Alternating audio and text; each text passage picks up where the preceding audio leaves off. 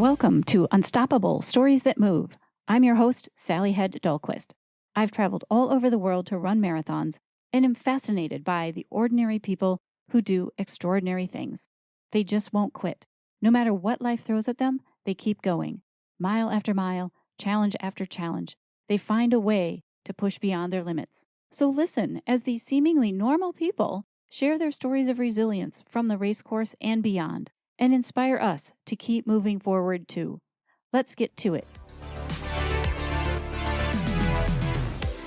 I'm Sally, and I'm zooming in here from Afton, Minnesota today. I'm here with the unstoppable Dick Beardsley. Woo! Hi, Sally. Thank you for having me on your podcast. I'm excited to be chatting with you today. Yeah, okay. And where are you today? I know you were fishing this morning. What are you doing? Where are you at? Yeah, so I've been a fishing guide for 53 years, and I had an aunt and her niece out earlier today. And right now I'm sitting out in my garage in my boat because I love it. When we're done with our podcast, after every fishing trip, which I'm on the water every day with people, I clean my boat all up and I get rods restrung, get ready for tomorrow morning's guide trip. So yeah, I'm just sitting in my boat. I love it. So you're in your happy place. You're living the dream, right? Yeah, I've been very fortunate. Like I said just moments ago, I've been doing this for 53 years. And, I'm never going to be a super rich man, but that's never been one of my goals. And, I've got friends that, like up here in the North Country, well, even down around the cities, but up here in the North Country, they go to work in the wintertime. It's dark when they go to work. When they get out in the afternoon, it's dark when they go home. And they might be sitting in a cubby hole, and I get to be out in the great outdoors. And I love the outdoors, everything about it, and I love fishing. My dad started taking me fishing when I was 2 years old, and I started guiding when I was 12 years old. So I've been doing it a long, long time, and I've met so many neat people over the past 50 plus years, and a lot of them come back year after year, and I get to see little kids grow up and have kids of their own, and it's a very rewarding occupation, and I'm very blessed that I can do this for a living. Does your son come out and fish with you too? Where is he at? Yeah, so my son Andy used to, and we can talk about this if you'd like to, but it's hard to believe, but coming up October 4th, I lost my son Andy. Yeah, 10 years ago. He was wow, I didn't realize that. I'm so sorry. Yeah, no, thank you. He was an Iraqi war vet, and I can't tell you how many times, he was in the Army, and he would tell me, he says, "Pop," he always called me Pop. He'd always say, "Pop, it's such an honor to serve our country." And he made it back. He was a gunner on Black Hawk helicopters over there. And so, he had to shoot people. He got shot at. He lost a good friend over there. And when he got back, he suffered from post-traumatic stress disorder. And 10 years ago, coming up October 4th, he lived in Detroit Lakes, about 85 miles southwest of here. And he took his life. And that was tough, that's for sure. And he was my little buddy. He was 31 when he passed, but he was always my little buddy. He loved to fish. And the last thing we did together, I had a guide trip in Detroit Lakes. So I was driving down from Bemidji, and it was super windy by the time I got to Detroit Lakes. And the folks I was supposed to take out had called me just as I was pulling in the Detroit Lakes and asked if they could reschedule their trips because it was so windy.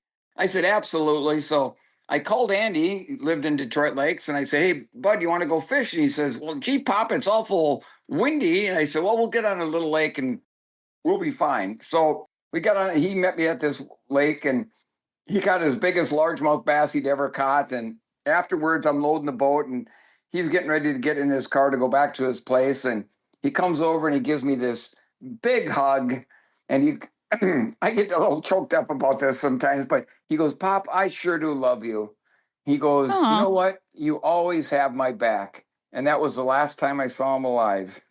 Wow. I had in my little notes to talk about your foundation, and we've just had another friend of ours, also a war vet from Afghanistan, a Marine over there, who just also took his life. And now I now know, well, and with your son would be 3 people who just had this lifelong physical and emotional pain. I And know.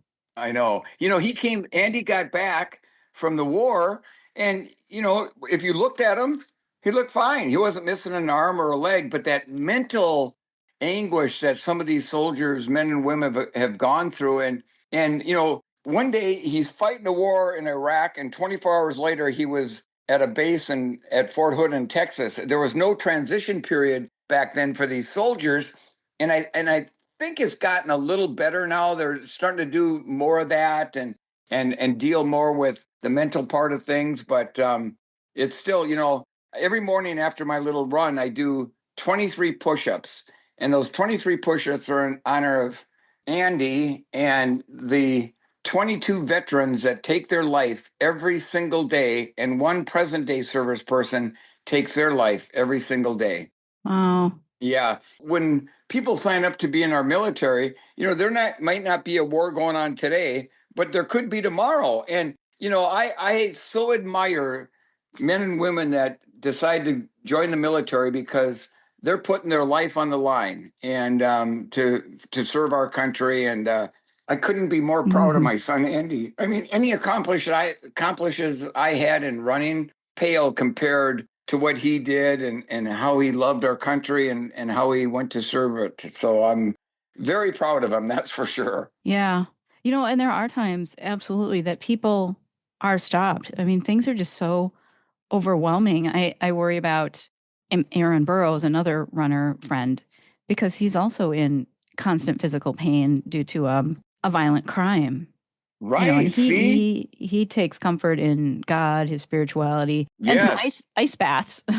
You right? Yeah. I hear And you. I don't like it. I don't like what they're doing. I wish they weren't doing, but I understand. Right. You know, Yeah. do you think there's any one thing that could have helped, or that maybe given them You one know, more day? yeah, Andy was getting help at the VA hospital in Fargo, but they had him on some medication, and it helped him a lot. It kept him, off of all those demons that were following him and stressing him out.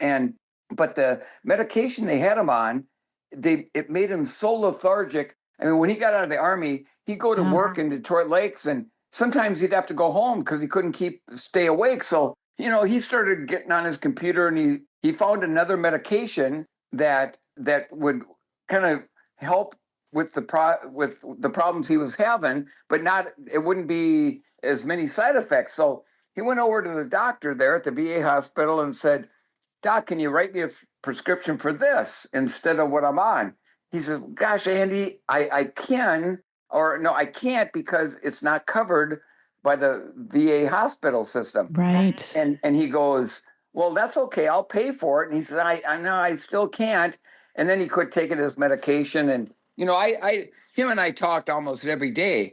And even though I lived in Bemidji and, he was 85 miles away, and I'd call him up and I could tell, or if he called me, I could tell by his voice if he was in that dark place. So I'd either keep him on the phone, or if it was real bad, I'd jump in my truck and I'd drive to Detroit Lakes. And many times, by the time I got to Detroit Lakes, he was on the good side of things. But I tell you, that mental part of fighting demons and stuff is just brutal. It's just absolutely brutal. Yeah. Some people can't get out of it. It's so No, real. It's so intense all the no. time. And the crazy thing was, 12 hours before Andy took his life, he called me, and he was in that happy place. He goes, "Pop," he goes, "I'm so excited. I just went out and bought a stationary bike." And Andy was never a runner growing up, but when he got into the Army, he had to run, for PT. And so when he got out of the Army,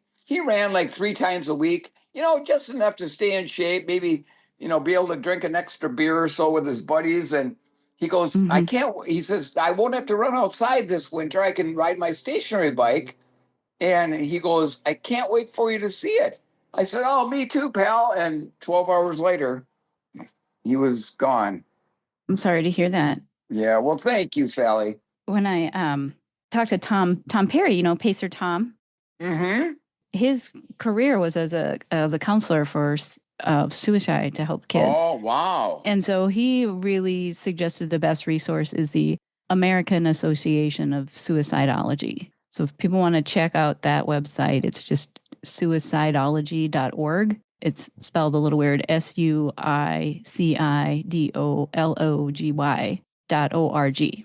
Well, and Sally, thank you for talking about that on your podcast because, I've gone out and spoken at schools and stuff since Andy passed, and I tell that Andy story, and I can't tell you how many kids I have had come up to me over the years crying and saying, "Thank you for sharing your son Andy's story. I was thinking that life wasn't worth living, but now I'm going to get help. I'm going to talk to people." And so, anything we can do to help people, I don't care what you're going through. There's nothing in this world that can happen to you that should make you take your life. But I totally understand it when you get in that deep depression and whatever that is going on in your mind. And so thank you for bringing that up. And thank you for giving us that website. Yeah, you're welcome. Yeah. And when I first met you in 2017, so it must have been, it was right after this. And Yes. you gave a little talk at the Mankato Marathon, which was Right. amazing. And I don't remember you mentioning this. I'm sure it was still so raw. And I bought your book and I read that. Yeah. That was the most memorable thing, I think, that you had published it. And I have not heard about your son having so many hard times. Well, Sally, that book got published in 2002, so 23 years ago. And a lot of things have happened since then. In fact, the University of Minnesota Press that published it, they've asked me they go, "Dick, we'd like you to maybe do an update, kind of catch up in the last 20 plus years." And I'd like to do it at some point, but I'm so busy guiding and on the water, I just haven't had the chance to do it yet. Your passion is being outside. It is. I got to ask you. Okay, so you're on your boat. You're in your dream location. I just moved to a new house, and I was very excited to buy these patio chairs from Costco. They're these egg chairs. They're like a little round thing, and you sit inside on a pad. It's very excited about these chairs. I have sat in those a total of probably about 3 hours since we moved in 3 months ago. Why? Why can't I make it to my happy place? I know it. It's funny in the open water fishing season. My wife Jill and I, and we have a Lake Bemidji bed and breakfast. That's kind of her thing. Yeah. But we hardly see each other in the summertime. So because I get up very, very early, like 3 o'clock in the morning. I go out for my little run. I come back, shower, I hook up my boat, and I take people out fishing. And then I get back, I get my boat cleaned up and ready for the next day.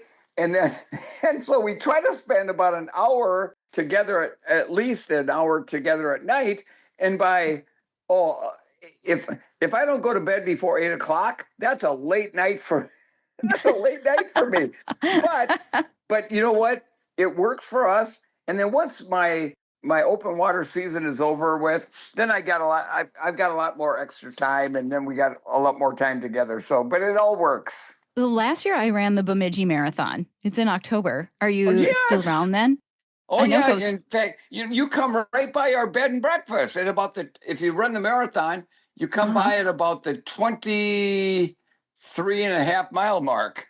Okay, I took a picture of mile 23. I remember that. Yeah, it's 2 loops around Lake Bemidji. Yes. It's just beautiful. I mean, the leaves are at their peak fall color, bright, bright orange. My friend from Oklahoma said she'd never seen leaves that bright before. Yeah. It's incredible.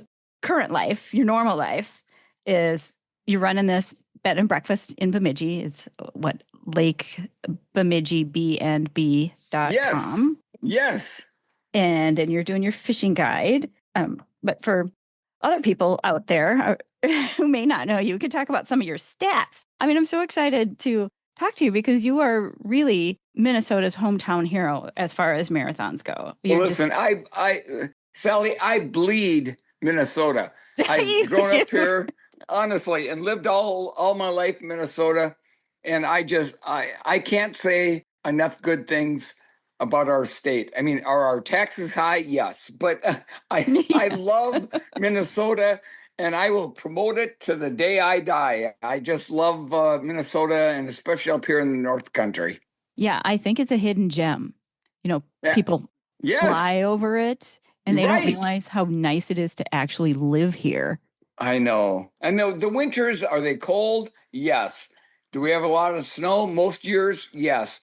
But I love the winter time, and it's no, I don't think I could live any place else other than here. Yeah, I think the snow, the cold keeps people away. It's legendary. I love it. And I blame Winnipeg for that because the jet stream comes down from Right? the Arctic and it swoops through Winnipeg and just does a little dive south, just enough to catch Minneapolis and pops back up again. Oh so yeah. Oh so yeah. we get all the cold air from Canada. Well, we have really good guests that come here a lot in the summertime from Winnipeg, and they were just here just a few days ago. Of course, now we're getting these, and you probably are getting them down by the cities. This Canadian wildfire smoke and stuff. Yes. Oh, it's been terrible, and but no, we love our Canadian friends, and from where I live in Bemidji, as a crow flies, we're only about 60 miles from the Canadian border. So, of course, up here, there's no straight roads because of all the lakes. You got to go this way and that way and that way and this way. But no, we love our Canadian friends, and they love coming down here, and it's a nice thing to have. Yeah, I love Canada. We're practically Canadian. I just looked at this map about it was been pretty smoky here in Minnesota. People are getting ash on their car because of all these Right. Canadian wildfires. And there's some of them that are 500 miles north of me. Winnipeg is 500 miles north of me. But most of these fires are 1,000 miles away. Isn't that crazy how that smoke? Yeah, like northern Manitoba. And I just looked at this map. It's called firesmoke.ca in Canada. And it will tell you, it will show where all the wildfires are in North America. So you can even look in other states. Like there's Oh, wow. 5 wildfires in North Carolina right now. Oh my gosh, I got my best friend in the whole world lives in North Carolina, and so does my sister. Is that Dunn's? Yes, yes, Mike Dunlap. Mike and I have been friends for almost 50 years, and I don't mean just friends. I mean best friends. Him and his wife Karen would do anything for me, and I would do anything for them. In fact, when we had that terrible storm here back on June 21st here in Bemidji, we had 120-mile-an-hour winds, and it just devastated our town. We lost over 9 million trees here in Bemidji. They came all the Wow. way up here to help us and cut up. We lost every tree in our yard, 33 trees or 34 trees, I think we lost. And so, yeah, Mike is you couldn't have a better best friend. Wow. That's great that he comes up and helps you. So I assume then that the pictures on your website are not quite updated. They had very nice trees in them. Yeah, I know. In fact, That's my wife rough. Jill, I know my wife Jill just put a book together on Shutterfly, and it showed how how our B&B looked before and now. And just here a couple of weeks ago, I was out throwing the ball from one of our dogs, and I go, "Gosh dang, hon, our yard looks so big now because of the lack of trees." But the good news is we have a great view of Lake Bemidji now, so that's a good thing. You can see all the way across the lake now. Exactly. Well, you are the winner of Grandma's Marathon and held the Yes. course record for over 30 years. You won in 1981. Oh, and you're the very first winner of the London Marathon as well, also in Right. 1981. And you kind of cheated a little bit. You were a disruptor because when Yeah. you So that whole London Marathon thing. So here's that quick story. So we're coming across the Tower Bridge in London, which is a famous bridge out there, and yeah. there's like 15 of us in the lead pack. And I'm thinking, okay, there's way too many people in this lead pack. So I threw in a hard surge and tried to open up a Mm-hmm. gap.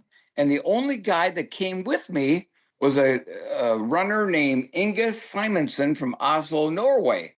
Mm-hmm. So him and I are just, we are going at it. I'm throwing surge after surge, and he's responding to him.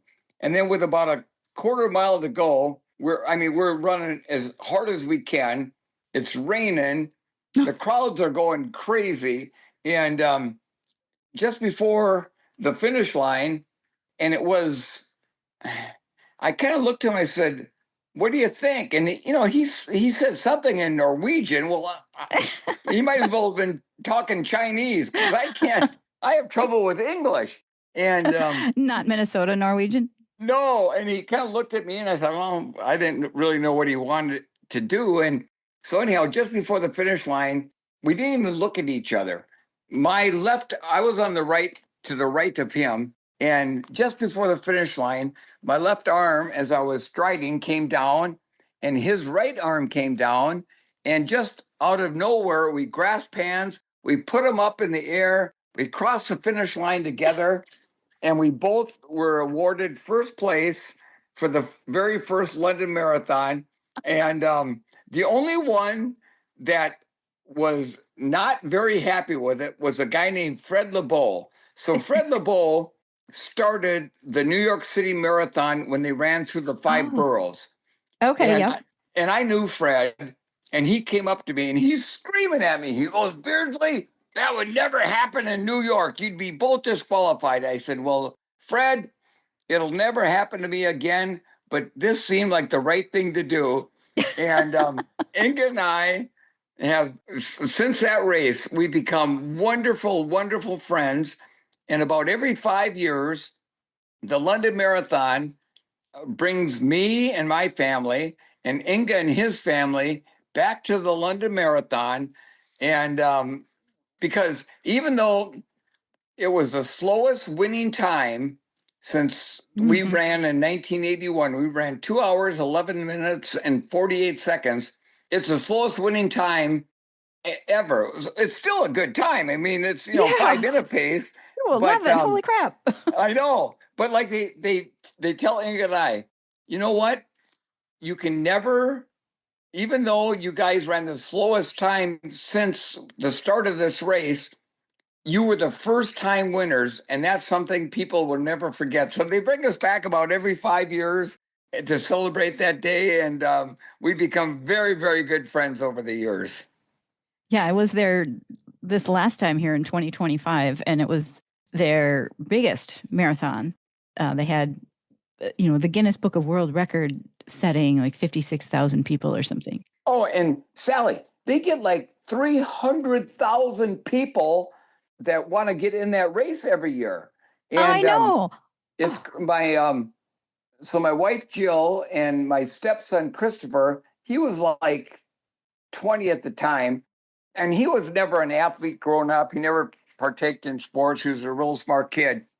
And we said, yep, we're taking you and your brother Matthew over to London for the marathon. And he goes, well, I'm going to run the marathon. So this was like 4 months out before the race. So I put together a training plan for him. I bought him some good New Balance shoes. Yeah. And if he ran 10 times in that 4 months, that was pushing it. But I'll be gosh dang, he ran the race with Jill, and he finished in a little over 6 hours. And I give him a lot of credit. He's never run since. He's never going to run again, he said, but by golly, he finished that marathon. Oh, that's amazing. Yeah, I finished about 6.5. And I know. Oh, that's incredible. You got him a bib. Yeah, I ended up going over with Marathon Tours. Oh, nice. With Tom Gilligan. Actually, he sold it now. So he did. Jeff Adams is running Marathon Tours. Okay, sad. I don't know Jeff. I do. I've known Tom since back in the late 70s. Yeah. Yeah. So Jeff's taken it over, and he's really expanded, and he lives over in Wisconsin, not too far from us. Oh, yeah. Nice. So I've done a couple of trips with them. Yeah. Especially for these ones where, You never know if you're going to get in, and it works with my schedule. Like London, I was fortunate because I said, in fact, my wife, Jill, our son, Christopher, and then two of Jill's friends came over with us. And because of my past there, they just said, oh, yeah, don't worry about, they can all have an entry. So I was very fortunate. Otherwise, Nice. it's hard to get into that race unless you go through like a tour or something like that. Yeah. So I think a lot of people just apply every year. They throw their names in the lottery. And that's what I'm going to have to start doing for all these other ones. I need to figure out the calendar of when all the start dates are and then apply. Because even for Tokyo now, Marathon Tours finally opened up their applications for Tokyo.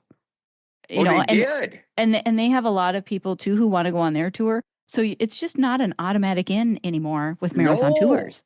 No. And, I've had a number of guide clients that their goal is to run all the majors, and Tokyo is one of those majors. But that's the problem is trying to get into them darn things. Yeah. I'm eventually plan to do that too. But I guess I actually have to start signing up if I want to make it happen. I never ran Tokyo, but I ran in 1981. I ran the Beppu International Marathon in Beppu, Japan.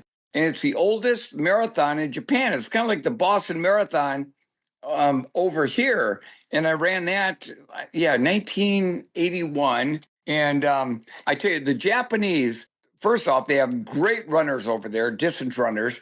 And that country, marathon runners over there are like the NFL football is here in our country. When I ran that Beppu race, there was over 1 million spectators lining the streets. And we ran from the city of Beppu to the city of Onita along the ocean front, and then turned around and came back. It was on, we're talking 1981. It was on national television. I mean, they just absolutely love marathoning over there. Yeah. And it's so competitive. It truly is you. I mean, now they have super shoes and stuff, but there's not really much else to help you. No. the super shoes, I tell you what, I had a Harvard professor about 6 months ago. He sent me an email and he did some kind of calculations. He said, so when Salazar and I ran 208, he ran 208.51, I ran 208.52 back in 1982. He said, if you would have been wearing those super shoes back then, he said, you guys would have run somewhere in the upper 204s. That's how much of a difference they make. Yeah, that's something that you're really known for too, is that you came in second at the Boston Marathon in 1982 against Alberto Salazar. This is just legendary. And did you actually get hit by the motorcycle or almost? Well, it depends on what news stories you read in the Boston Globe the next day. So I'm not making this up. One columnist said I had tire tracks on my back. Oh, I love which I didn't. But here's what happened. So with about 900 meters to go, I had the biggest lead I'd had all day long on Salazar, the world record holder at the time. And it was about maybe 6 or 7 yards. So I knew he didn't have a great finishing kick, but I thought, he's got a lot better one than I had. And so when I opened up that little bit of a gap, I thought, and at this point, like I said, we're 900 meters to go. I thought, I got to push more than I've ever pushed before. So somehow back then, mentally, I could dig even deeper. And I threw in a hard surge, and I got about 3 or 4 strides into it. And my right hamstring cramped up so bad. Now, you got to remember this. Back then, there were no aid stations on the course. You got water from spectators.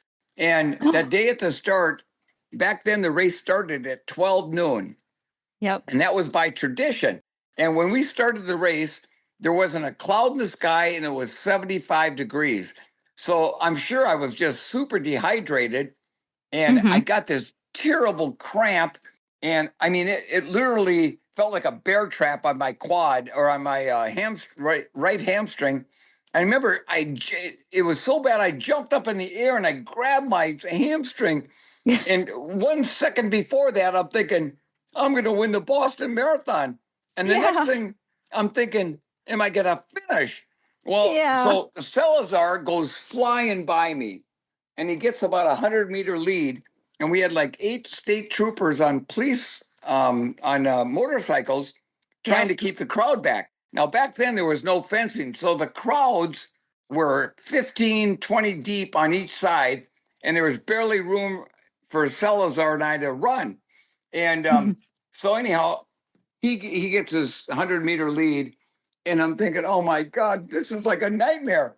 And so I'm running the best I can along the right-hand side of the road and rubbing my hamstring, trying to get the cramp run out to go out. And as the crowd moved back to let me come by, when they moved out of my way, I didn't see it, but there was a big old pothole.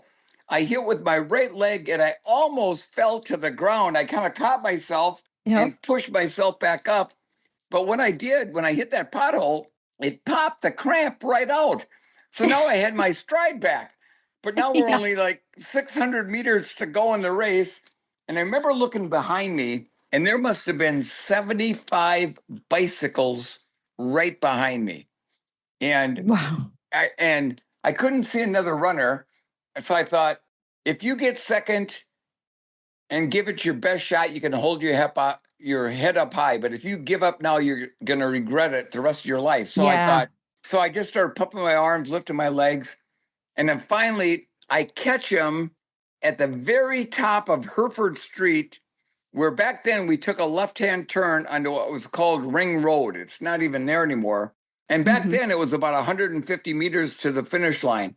As I'm coming up Hereford Street to take that last left-hand turn, the state troopers, they didn't know I was even back in the race. And so two or three of them went to the right to, kind of keep the crowd back and didn't know I was there. So I had to go out around them. And I've never, ever used that as an excuse. Because did I have to go around him? Yes. But I got around him and I caught back up with Salazar with a little over 100 meters to go. And he started his finishing kick a stride before I did. And, he ran 208.51. I ran 208.52.6. Wow. I know. Just a hairline finish. But Sally, I'll tell you this. When I crossed the finish line, it was one of the happiest moments of my life, and also one of the most disappointing moments of my life. I'm thinking, I just ran a 208 marathon, and I finished second. Yeah. And at the time, there was only one other guy that had ever run under 209, and it was the first time 2 runners in the same race had ever run under 2 hours and 9 minutes. But at the end of the day, I knew I had a smile on my face. I knew I'd given my very, very best.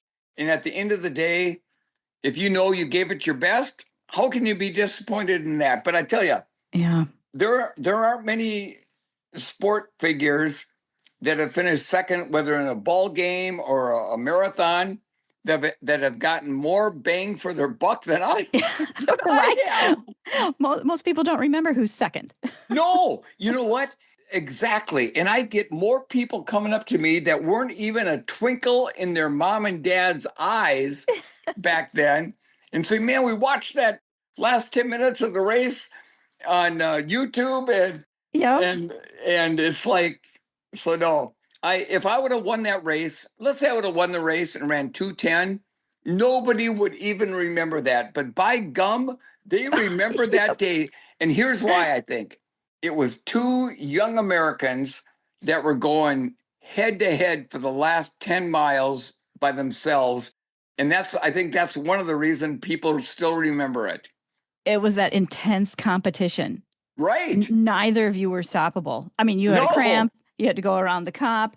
I know Alberto really suffered, and like when he was done, he collapsed and stuck an IV in him or something. Oh, and I should have been in the middle. For weeks. Listen, I should have been in the medical tent with them.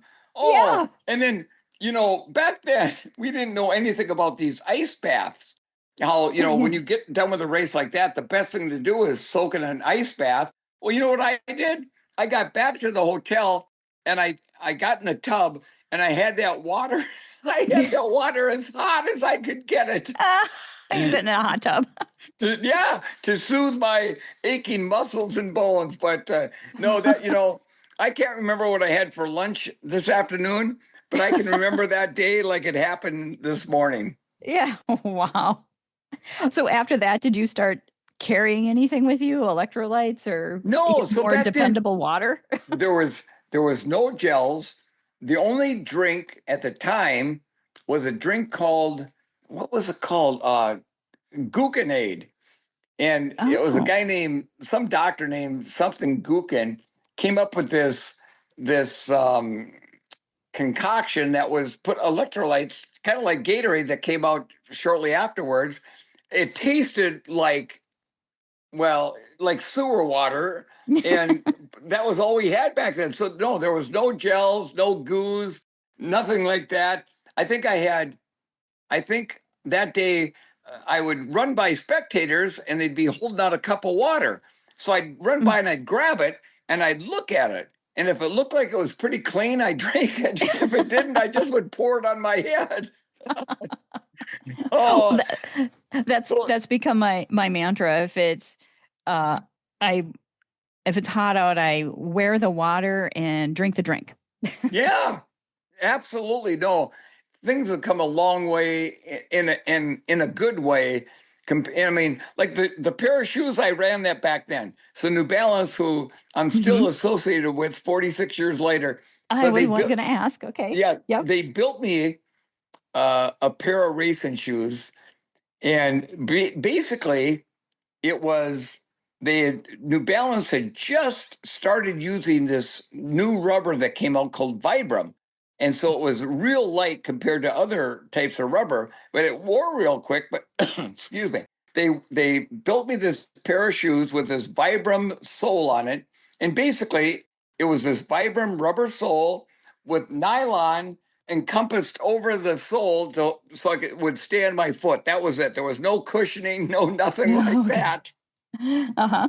Yeah, and now these shoes, I tell you, New Balance a few years ago sent me a pair of these super shoes to see what I thought of them. Sally, I'm not kidding you. You put them on, and when you walk, they push you forward. I mean, they can't help but make you run faster, and it's awesome. You don't get near as fatigued in your legs, and so it's a good thing for these athletes out there today. Well, I should definitely try those eh, because you and I, we are kind of opposite kinds of runners. We have different abilities, but we have a Yeah, lot more in common. I'm the casual slow runner. I just do it to stay in shape. I'm not fast, but I can go far. you're right. My peeps are the back of the packers, the 5 or 6 hour finishers. Based on my Garmin, once I get into that zone 3 cardio workout, I can Yep. do that for 6 hours. For me, it's about finding that comfortable pace that I can maintain. I Yes. mean, there's no way I'm going to kill myself like you and Alberto did. Well, listen, No way. I admire every marathoner. I don't care if it takes you 2.5 hours or 6.5 hours, you know, and I actually have more admiration for folks like yourself that you're out there for 5, 6 hours. The top runners, they've already showered, eaten, taken a nap. I But know. listen, to be on your legs that long and continue to keep battling to the end, I tell you what, that takes a lot of commitment. And I have nothing but admiration for you and those people that do that. Oh, thanks. Yeah, it's a great hobby. I think the key thing in common too is you get to be outside. I think Right. humans just like to enjoy the nature, get outside, breathing that fresh air, looking around you. We are salt of the earth, people of the earth, and I think that makes you feel more connected. Oh, absolutely. Like now, people ask me, so Dick, do you still run? I say, I just still do. But I go, yeah, seriously, if I Yeah. ran any slower, I'd be going backwards. Honest to gosh. But I still love getting out there every morning. And you're an early bird too. So when do you start? 2 or 3 So in the I morning? get up every morning between 2:45 and 3 a.m. And, back in my young days, I used to jump out of bed, basically throw on my running shorts, throw on a t-shirt, my running shoes, and I'm out the door at like sub 6 minute pace. Now I got to get up. Oh, I'm so tight and stiff and sore just from being who I am and whatnot. And I have to have a cup of coffee. And so I'm usually out running by a little bit before 4 a.m. and but you know what? Even though I'm slower than molasses in January now, I still go to bed at night and I can't wait to get up in the morning to get out and do my little run. So does your wife know you get up because of all the moaning to get out of bed? Well, that's part of it. Sometimes I'll wake up and she's not in bed. She'll go downstairs to my man cave and sleep in my man bed down there. I go, hon, what's the deal?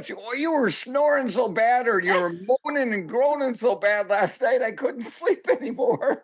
So my wife Jill is the best of the best, and she puts up a lot for me. And gosh dang it, I love her to the hill.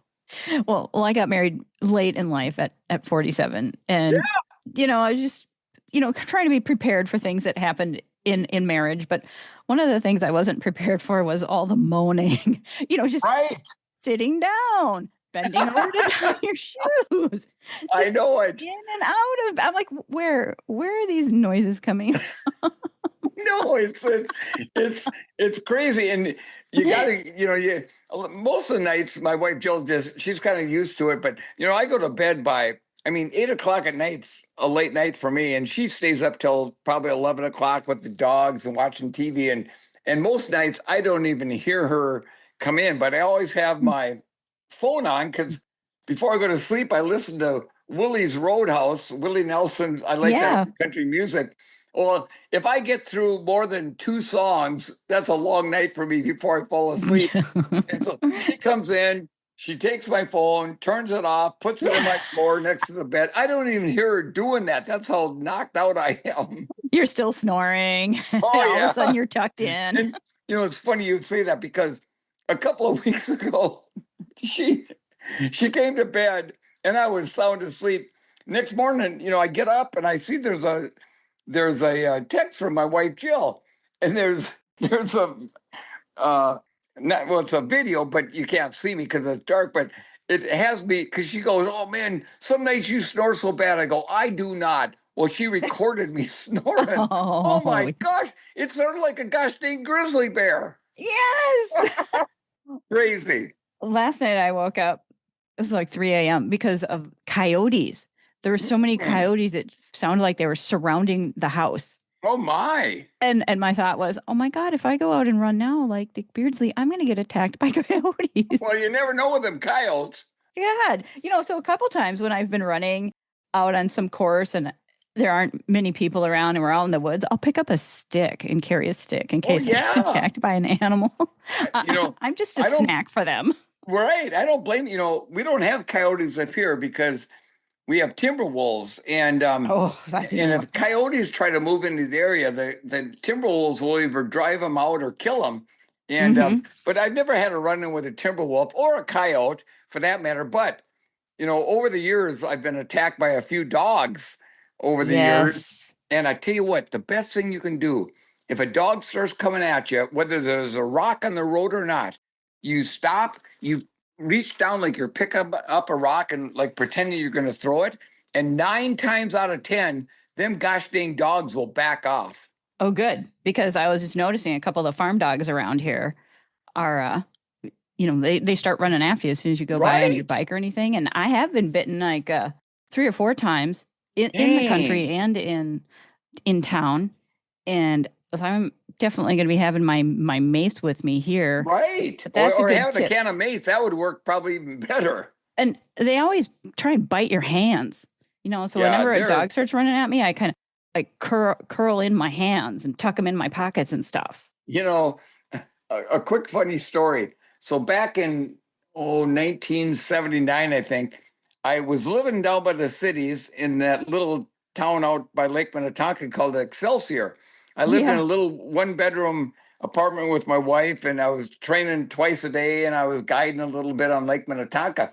So one morning I'm out for a run, and I'm out in the countryside, and I go by this little farmstead, and this little wiener dog starts chasing after me. And them little dogs, they can be worse than the big ones.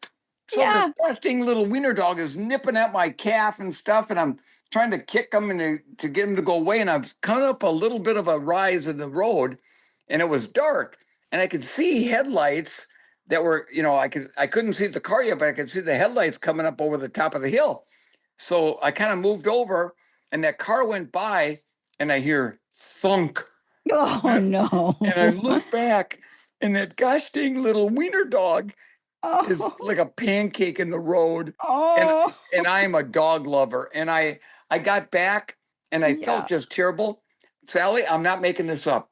I could not run down that road for the next 6 months. Yeah. Finally, that following spring, I Mhm. thought, you know what? That little wiener dog's in heaven now. I'm going to Yeah. go, because it was one of my favorite routes. So I'm running down that road. I go by the little farmstead with a little white picket fence out in the yard, and I get just past it. All of a sudden, I feel this incredible pain in my right calf. And this wiener dog has got his jaws and teeth into my calf. And I'm stopping him, and I'm kicking the dog, trying to get the dog to get off of me. And this lady Yeah. comes out, and she's like, wiener dog, get off of there. And I look back and I go, ma'am, I go, didn't that little wiener dog get hit by a car like 6 months ago? Yeah. Well, yeah, he did. But we went out, we scooped him up off the road, took him to the vet, and he Oh. lived. He just can't bark anymore. And Oh. I'm thinking, little wiener dog, you keep biting me as much as you want. You obey, Yeah, you payback here. deserve it. So dogs can be a bugger. Yeah. And you yourself, my gosh, you've gotten hit by a car. You had your farm accident, back surgeries, joint replacements. You are unstoppable. And now you're just recovering from this infection you had after your knee replacement. How are you Yes. doing with that? Oh, Sally, the last 2 years, I've been dealing with my left knee. So I had a knee replacement in 2010 on my left knee. It got infected in 2018. And then my local doc put a new knee in. And then a couple of years ago, I hit that left knee against my boat trailer, and it kind of opened up, and I didn't think Mm. nothing of it. Well, it opened up more and more, and I got a terrible infection. I've had 20 plus surgeries in the last 2 years on it, and finally Oh. they went in last September or end of August, a little over a year ago, or not quite a year ago. They It was so infected that they thought they might have to amputate my leg. So they went Mhm. in there, and the tibia, the shin bone, and the femur, the thigh bone, had been so eaten away from infection, they couldn't even put a new knee in. So that what they did, the doctor, they filled it, the left knee with cement embedded with antibiotics, sewed it back up, and then for 2 months, I had to give myself IV antibiotics 3 times a day. And then finally, by the end of last October, they did a blood test, and they thought, well, the infection is gone, they thought. So they put a new knee in, but that knee had been opened so many times, the skin was like tissue paper, and it kept Yeah. opening back up. So then finally Yeah. in March, this past March, I had um, three skin grafts, and they finally got it to stay closed. But now I've got this incredible clunk. Every time I walk, there's no pain, but it just clunks, clunk, clunk. And it's very unstable. And I've fallen a couple of times. So actually, I know this will air in September, but on Mhm. August 15th, I'm seeing Mhm. a specialist orthopedic at the Mayo Clinic to see if there's anything they can do to try to alleviate that. Because, I'll be 70 next March. And at my Mhm. age, if you fall, other things start to break. So I'm hoping they can do something to fix that. But other than that, I'm doing good. Wow. Yeah. In your book, that you said was published in 2002, right? Yes. You talked about facing your addiction to painkillers. Like Yes. for 4 years, you really struggled with that. And Oh, when I first met you then in, what was that, 2018, 2017, you said that that was still a struggle. Like it was still something that haunted you. well, How so you've been managing with all of these right. injuries I and get then that. having to use the painkillers. Yes, I get that question a lot. So, growing up, I didn't drink, didn't smoke, never did any illicit drugs. And I got in that bad farm accident in 1989. And then, I had a few years and I was on, a lot of pain, opioids for the pain. And then I got in a bad car accident and broke my back. And anyhow, I ended up getting addicted to these gosh darn opioids. Mm-hmm. And, thankfully, before I died, because it got to the point where I was taking so many of them, and at one point, I'm sure if I would, I would have taken a handful of pills and gone to sleep and maybe never woken up again. And thankfully, I got into treatment, and I've had, oh, let's see, 31 years, I think, of sobriety from the narcotics. But since then, I've had, you know, 4 knee replacements and a couple Yeah. other surgeries on my back. And so we were very upfront with the doctors. We let them know about the Yep. past. And my wife, Jill, handles all my medications. So if I needed any opioids to help with the pain Uh-huh. for, a few days or a week or whatever, only, so she would dispense my medicine when I needed it. I had no idea where it was even. And Okay. only she could call the doctor for a refill, and only Mm-hmm. she could go to our local pharmacy and pick it up. And people would say to me, "Well, gosh, Dick, you've had 30 years of sobriety from those drugs. You couldn't do it yourself?" And this is how powerful they are. Yeah. I can't 100% say that if I had the bottle of the painkillers and I could dispense them at my own will, that I would not, if it said to take one or two, I might take 3 to 4 or 5. I can't, Yeah. I would hope I could do that, but I can't guarantee I can do that. So to have my wife Jill be able to do that and watch out for me has been a life-saving effort. Yes. Yeah. I never been interested in drugs. I'm afraid to like you, if I tried them, I'd be hooked. you know? Oh, listen, even after that's what happened, even after I didn't need them anymore, I liked the Mm-hmm. way they made me feel. And, Yeah. so I would basically go doctor shopping. And, Mm-hmm. nowadays, you can't do that anymore because everything now is computerized. So, a doctor can look on the internet and say, well, you just went to that doctor, last week. I ain't giving you any more pills. Thank goodness for that, because back then when I was going through all that, it was just, it was a paper written prescription. And so, they had no idea if you were getting medication from another doc or not. And I was. Yeah. Back in the good Yeah. old days when it was easier to Right. get them. Right. Exactly. Yeah. I mean, it doesn't take much to get hooked. No. You know? No, and you know, everybody, so many people, and I'm going to stick up for the doctors a little bit. Doctors are very compassionate. That's one of the reasons they do that business. They're in that field of work. They want to help people, and when people are in pain, I mean, you want to help them out, and you don't want to see people suffer. And but it's gotten a lot better. But now I'll tell you this: my dad in 1996 Mm-hmm. had got pancreatic cancer, Oh, and he yeah. was given maybe 6 to 9 months to live. And once it Yep. got into his bones and other parts of his body, he was in excruciating pain. And this doctor would not give him enough pain medication. And we're Mm-hmm. going, this is ridiculous. My dad is on it because he said, well, he could get addicted. Well, my dad is on his Yeah. deathbed. And my Yeah. brother-in-law, who's a doctor, called the chief of staff at this hospital where my dad was being treated and said, this is ridiculous. And the chief of staff said it absolutely is.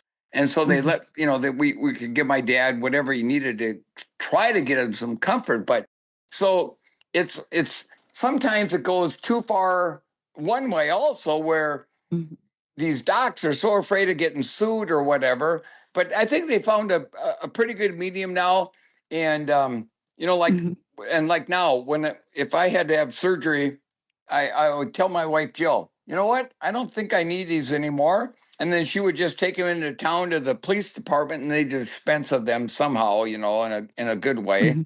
And, but yeah, back in the day, I'd take them until they were gone and then some. I know. I just and you're talking to a guy that never smoked, drank, or did any illicit drugs, but I got hooked on these things. It's not I wouldn't wish it on my worst enemy. And you, like me, are a naturally happy person. Oh, it doesn't seem like you're like you. I'm sure I know you have depressing moments and stuff, but for the most part, you naturally seem so joyful. No, and you know what?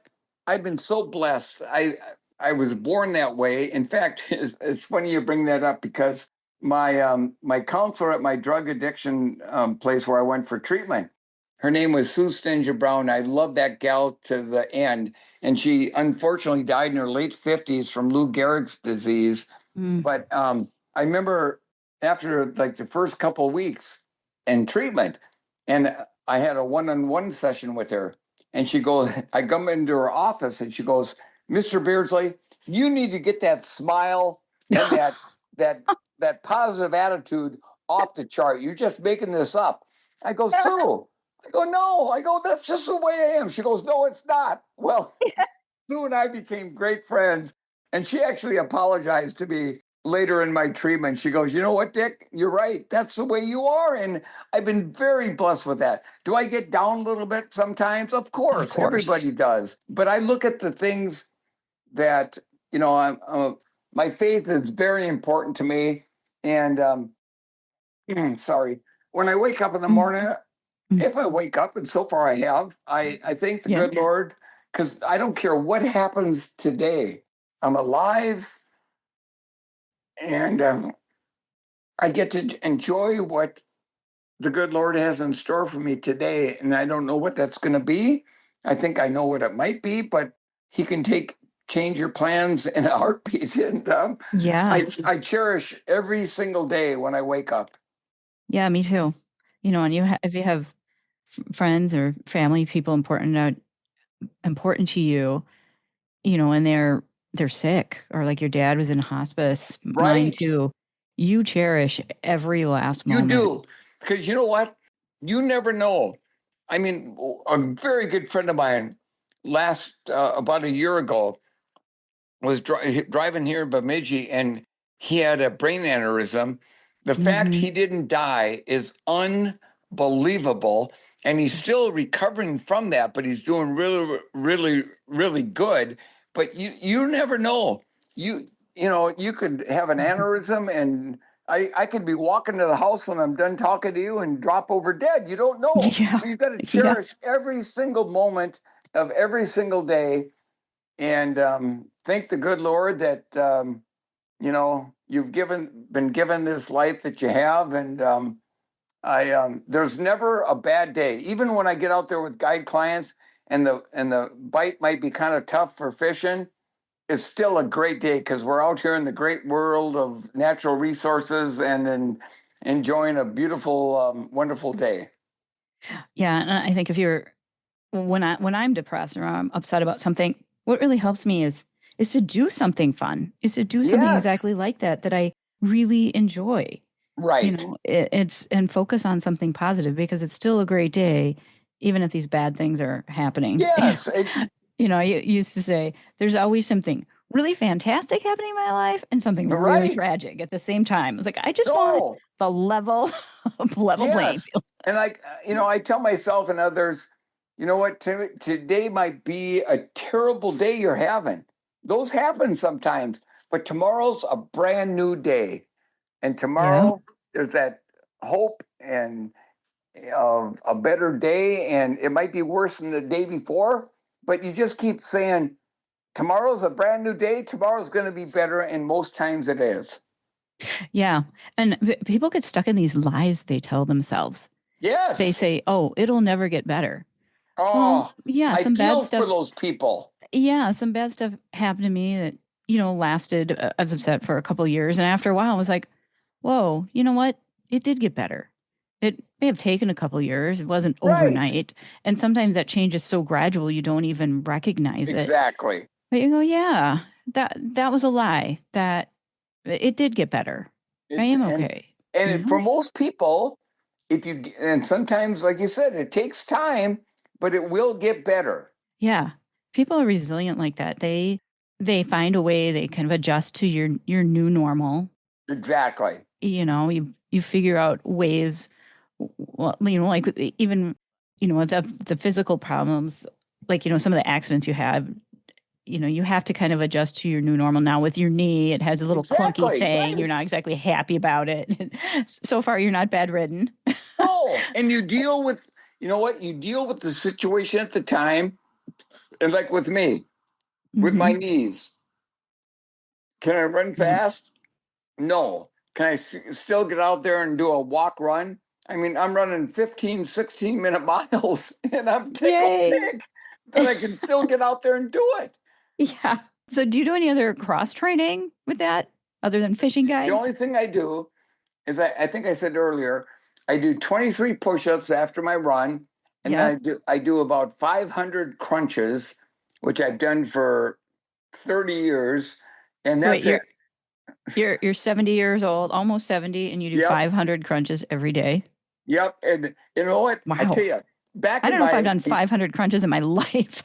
Sally, back in my competitive running day, if I had any extra time, I'd go out and put in more miles. My core is probably stronger now than it was back in my competitive running days. Yeah.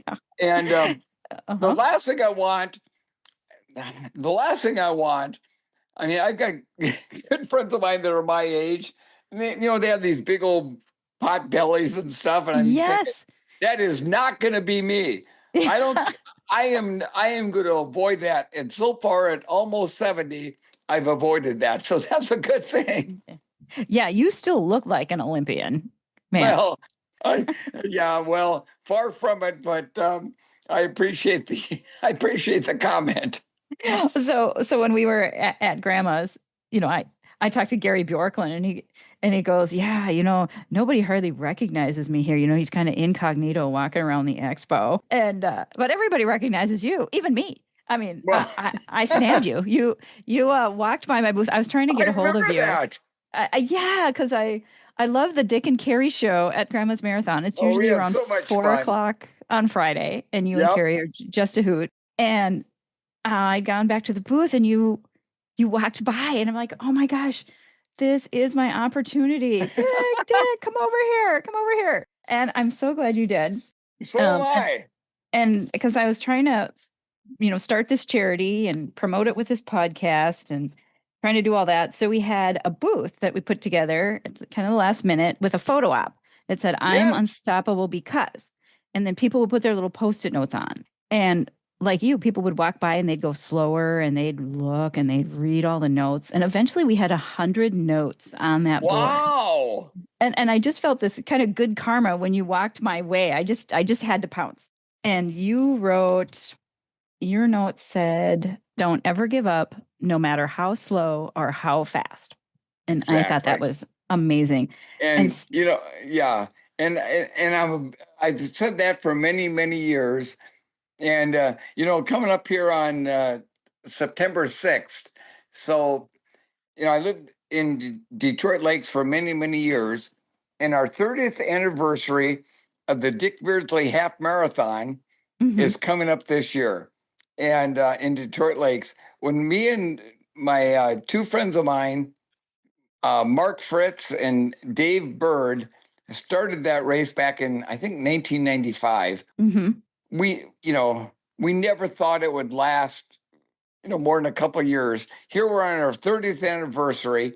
And this year, for the 30th anniversary, one of my great, great friends and who I've been an admirer for since I got into the running scene is Bill Rogers, four-time Yes. winner of the Boston Marathon, Yep. The four-time. guy who stops at a water stop to drink and then he starts running again. Yeah. So Bill and I are great friends. So we're bringing in Bill for our 30th anniversary, and we're going to have a fun time. And like I said, of all the guys I competed against, like Frank Shorter and Bill and Greg Meyer and Alberto Salazar and people like that, Bill and I have.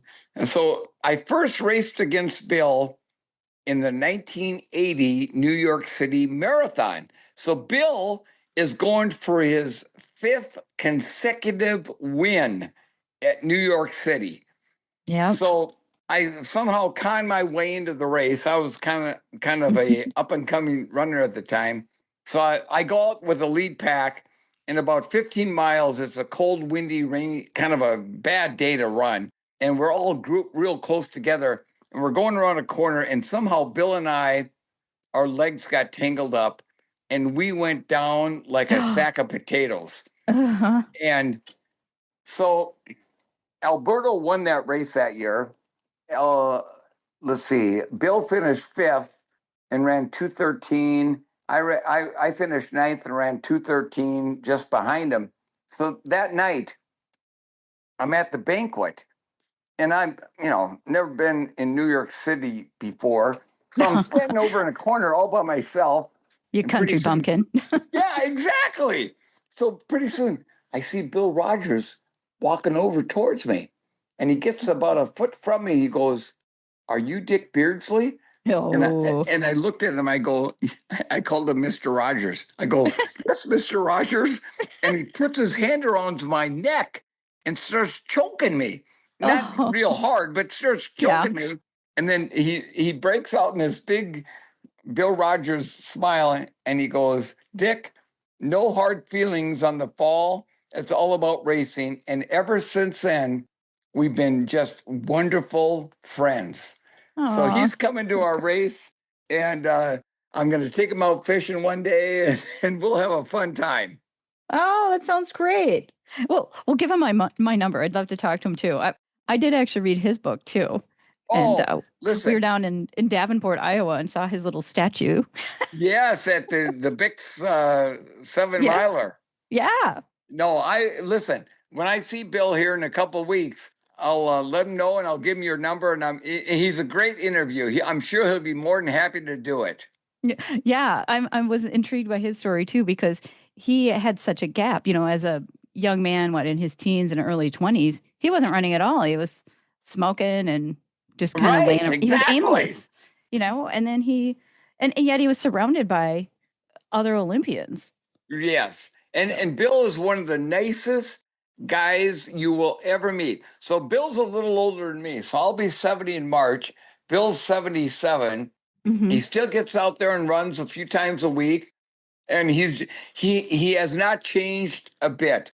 He's still the same Bill I met back in 1980, and he'd be a great interview for you. So I'll make sure I get you hooked up with him. Oh, thanks. Thanks. So I was always wondering, how come you didn't make that a Dick Beardsley full marathon? So at one time, so Mark Knutson, so we started the race back in 1995, and the town of Detroit Lakes ran it. And then, a number of years later, probably 17, 18 years later, Mark Knutson, who started the Fargo Marathon, which is a big marathon, they get 20,000 runners, bought the race and became the race director. And the race went up. I mean, the quality of the race, and it was run very well before, but went way up. Well, then 2 years ago, this past July, Mark, who lived in Detroit Lakes, was out on his bicycle and unfortunately got hit by a truck and got killed. Oh no. Yeah. And so then the town took it over, and it's I thought when Mark left or was gone, that what's going to happen to our race? But the town took it back over, and it's they do as good of a job, if not better, as Mark did, and it's going to be a lot of fun. No. Well, I think I'm free that weekend. Maybe I should try and come up. Oh, Sally, you should. It's so much fun. It's a 30th anniversary. So we have the half marathon. And so when Mark ran it, for about 3 years, we did have a full marathon. But we just, it takes, it's all volunteers up there in Detroit Lakes. And, it takes a lot of more time for a marathon. So after about 3 years, we'd only get about maybe a couple hundred runners for the marathon. So then they backed it off to the half marathon. And so now we have the half marathon, we have a 10K, we have a kids run, which is so much fun. And then we have the 5K is now called the Andy Beardsley Memorial 5K. Oh, okay. So I'll be there. I'll kind of walk the Andy Beardsley Memorial 5K, and because Andy back in his day, he used to run the 5K, and he didn't run it fast, but he ran it, and so it's such a great honor that race. They said we're going to name that the Andy Beardsley Memorial 5K. So it's a very special day for me. And what charity does that go to? So what they do at a race in Detroit Lakes, they have about 5 or 6 different charities every year that any money that they get after expenses that they give to those charities. So it kind of varies from year to year, but they do a great job, and the whole community comes out and supports the race. A lot of spectators on the race course, and it's just a very, very fun event. Yeah, it sounds great. Yeah, that's Memorial or Labor Day weekend. And so it's the first Saturday after Labor Day. And so when these friends of mine, Mark Fritz and David Bird, they got a hold of me one day way back when, and said, when I lived there, and they said, Beards, we want to put on a race to promote tourism after the summer season is over. And we're thinking about doing a half marathon. And we're trying to come up with a name. So I'm coming up with all these different names for all the lakes and stuff. And they go, yeah, hey, we kind of like to use your name if it's okay. And I said, well, if you think that might help and not hurt. And so, yeah, it's been going on for 30 years now. Wow. Okay, I'm going to look this up. It's dickbeardsleyraces.com. Yes. And that's DickBeardsley. Correct. RACES.com. DickBeardsleyRaces.com. Yeah, it does say Saturday, September 6th. Yep. So it's always the first Saturday after Labor Day. Okay. Well, I'm still around. I still don't have any plans. That would be fun. We could swing that. Sally, if you come up, please let me know. I will. Yeah, and my brother lives in Monaga. Oh, you're kidding. No, so he goes over. That's not that far from DL. No, So we hang out a lot, and we got a camper van. So we take the camper. And there you go. Can camp out in the woods. You're good to go. On the street, Right. That sounds great. Well, I'm glad they're still running it. I know. And so am I. 30 years. That's great. Yeah, 30 years. And like I said, they do a great job. And then Friday night, the night before, we have a pasta supper at the pavilion right by the start. And I'll be there. I'll be, telling a few stories. My best friend, Mike Dunlap, with our podcast, Beards and Done. And and then Bill Rogers will be there signing autographs and saying a few words. So it's going to be a lot of fun. Yeah. Yeah. I bought Bill's book in Philadelphia a couple years ago. I could bring it and have him sign it again. Oh, for sure. And it's so bizarre that I mentioned North. I just looked at that fire map, and for some reason I was like, oh, North Carolina, there's 5 fires down there. My friend Charlotte lives down there, and that's where Mike is. Yeah. So right. Let's give a little plug for your podcast. It's called On the Run with Beards and Done. And it's pretty fun. You guys have definitely been in the professional, competitive running community for your entire lives. Yes. So it's good to hear those insights. I was just listening to it where you talked about the they've changed the times for the Olympic trials for the men. So that Yes, time has been lowered to 2:16. exactly. But It's got a the lot tougher. women's time is still the same at 2:37. So you can Right. tell, officially men are getting faster. I'm sure women are too. Yes. I know women are And so too. But the women are too. I'm kind of surprised they didn't lower the women's, but that's okay. It gives, if you qualify for the Olympic trials, that's a big deal. Whether you make the Olympic team or not. I mean, you're yeah. one of very few people that get to do that. And so Mike and I, we started our podcast 2.5 years ago, and we're taking a little break now during the summer because I'm just so busy guiding, and it will start Hmm. back up in probably late September, early October. And like I said, Mike is one of my, well, no, he's not one of, he is my best friend. And Mike was a 2:18 marathoner. He ran that in 1983 at the Boston Marathon. And he's got the heart of gold. And we, you know what?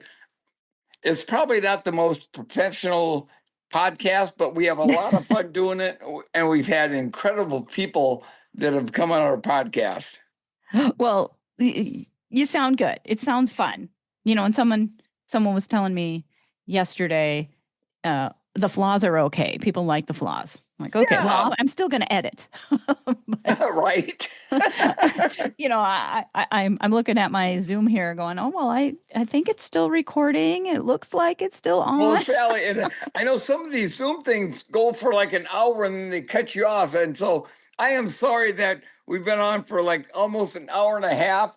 It's Oh, been so enjoyable, and I wish you all the best with your podcast. thank you. Yeah, and the charity. So, I want to raise Yes. $1 million, well, at least $1 million for my charity for medical research. And I will be donating that to specific researchers that I know because I've spent my Thank you. career in Thank you so scientific. much for that, because our current administration has not talking politics there, but they've a lot of these research things and whatnot have been cut. Mhm. And so thank you for doing that. Oh, right. And I don't want to be political about it. It's just you have to balance the budget somehow. You have to Right, make hard choices. exactly. And the world needs medical research. The US, the cures that Absolutely. result from the top 5 countries, the United States, Canada, Japan, Germany, the UK, basically supports the entire world. And Exactly. and instead of complaining about it, I decided to do something about it. Good and for you. and then if people trust me as a steward of their money, they can donate it to my charity. And I know a lot of thousands of researchers all over the world. I mean, I've read 4,000 scientific papers, what they're doing, and hopefully can funnel the money to these fantastic causes. Oh, and before you go, I did have my questions. My friends Yes. want to know. They sent me Okay. some text messages. Okay. So my friend Karen Evan wants to know if you're going to be involved in Grandma's 50th marathon in 2026. Absolutely. So I ran Grandma's the first time in 1981. I was fortunate to win it then, and then also the following year, 1982, Scott Keenan, a Mm-hmm. great friend of mine who started that race and back in 1977, and then he retired. And then Shane Bauer has been the race director for many years now.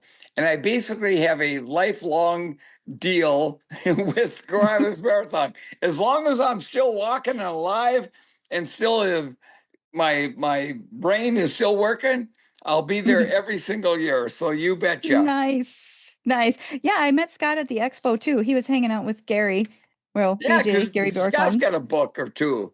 Yeah, I bought that one too. I haven't read it yet. That's very good. So that'll be fun. Okay, okay. And then Gary gave me $10. He was my first donor for my charity. I didn't even ask him. He just slapped the money on the table. That's Wow. awesome. I know. Okay, my other friend, Dave Shannon, wants to know. He has 2 questions. Number one is, have you ever competed in any ultra marathons? And then his next question is, if you could run any one of your past races again and change the strategy or execution, what would you do? Which one would you rerun and why? Oh, Okay. complex question. Yeah. So the first question about ultra marathons. So when I retired after the Olympic trials in 1988, I thought I'm gonna still run, but not at that level anymore. And I've always loved trail running. And I thought I'm going to try an ultra marathon.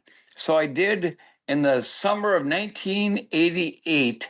I did the Voyager Oh, Trail 50 miler. you did the Voyager. Okay, this It's one here is brutal. brutal. The course is brutal. So I went out with the leaders, and a few miles in, I'm thinking, this is ridiculous. I felt like I was walking, because now you got to remember, I'm used to running sub 5 minute mile pace for the marathon, and we're running like 8 minute pace. So I took off, And this is on and the about 50, trails, right? yes, In exactly, Duluth, up north. yes, south of Duluth, and I'm running towards Duluth on this trail, and it's brutal. And I'm coming down a hill, a steep hill, on this little trail at about 15 miles, running way too fast for the conditions.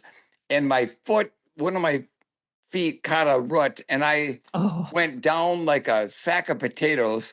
I rolled down to the bottom of the hill. That's how steep it was. Wow. And I get down there, and there's a National Guard unit that had hiked it back in there for an aid station. I go, guys, man, I think I sprained my ankle. Do you have some tape? Well, they had some duct tape, so they taped it up good. So I take off running.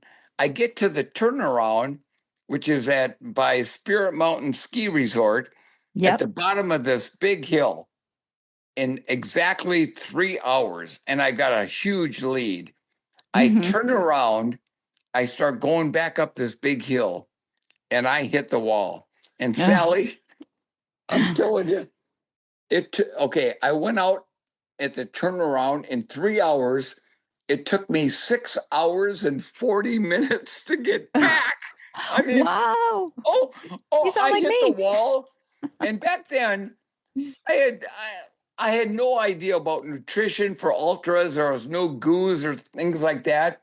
I'm telling you, I was ready to start eating bark off of a tree. I was so hungry. and and I finally finished, and I took the tape off my leg, and my foot just swelled up.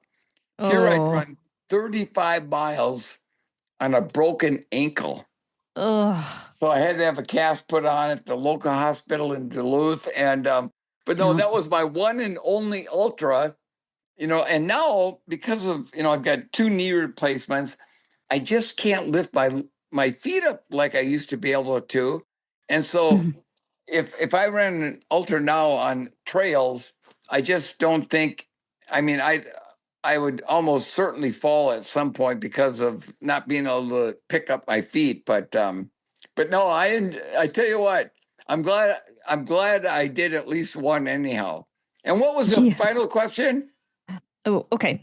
If you could run any one of the races from your past again and change your strategy or execution, which run would you redo and why? Oh boy, that's a good question. I mean, you're a guy with no regrets, so no. Can we change? The only maybe Boston in 82 against Salazar. Yeah. Maybe I would have tried to drink some electrolytes. Maybe I tried to push the pace even sooner than with less than a mile to go to see if I could break open that gap. But otherwise, I mean, I really don't have any regrets. I mean, every race I ran, I gave it my very, very best. And, at the end of the day, that's all you can do. And if you do that, you got to be happy with the results, whether it be first place or dead last. Yeah. Yeah. When I ran my first 5K in, I don't know, like 1988 or something, I was dead last. The Kalachki Days 5K in Montgomery, Minnesota. That's great. Okay. So yeah, if you had to rerun Boston in 82, you might push it a little sooner. But even if you pushed it a little sooner, maybe you would have cramped up. Well, that's it. You know what? And that's the thing. You look back and you say, could I have done this? this, and that different. But who knows if I would have done that, maybe Salazar would have beaten me by 5 minutes. You don't know. Or maybe I would have beaten him by 5 minutes, but you know what? You don't know. And so you look back and you kind of chuckle at what could I have done different? And at the end, if you know you gave it your best shot, you got to be happy with that. And I am. Oh, yeah, it's kind of like a meeting debrief of Right. What did you do? If I could do something, like maybe next time I can control the situation a little better. If I have full responsibility for what I did, you can't control the motorcycle getting in your way. No. But you can control the things around you and maybe what you drank and when you started running. Right. Yeah. Oh, and I'm not getting so worried about the time on the podcast. I mean, I know I should probably cut it shorter, and people are saying, "Oh, really? It should be 25 minutes or 50 minutes." And we're an hour and a half now. It's great talking to you. I've just been rambling on with people, and I was like, well, really, I want people to listen to this while they're running. So we should be like breathing, doing this, run, at marathon pace. This will be a good one for when they're out there doing their 20-miler. Yeah, they can listen to it twice.